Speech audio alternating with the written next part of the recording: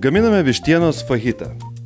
Raudonas paprikas ir aitriasias paprikas apdeginkite virš ugnies, kad oda pajuoduotų. Kai apskrus, meskite jas į labai šaltą vandenį ir atvėsinkite. Tada nulupkite odelę, pašalinkite sėklas ir minkštimą supjaustykite šiaudeliais. Ankštinius žirnelius porą minučių apvirkite pasūdytame vandenyje. Išgriebkite ir meskite į šaltą vandenį. Kai atvės, nuvarvinkite.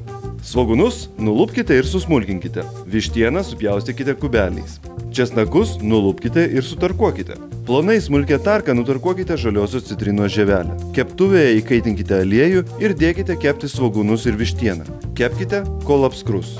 Tada pabarstykite gurmanų prieskonių Lotynų Ameriką. Dėkite česnakus, smulkintas kalendras ir žaliųjų citrinų žievelę. Viską kepkite apie 2 minutės, tada pilkite pomidorus savose sultyse, pagardinkite druska ir troškinkite, kol nugaruos apie 50% skysčio. Pabaigoje į troškinį sudėkite paprikas ir ankštinius žirnelius. Pakaitinkite, kol daržovės sušils.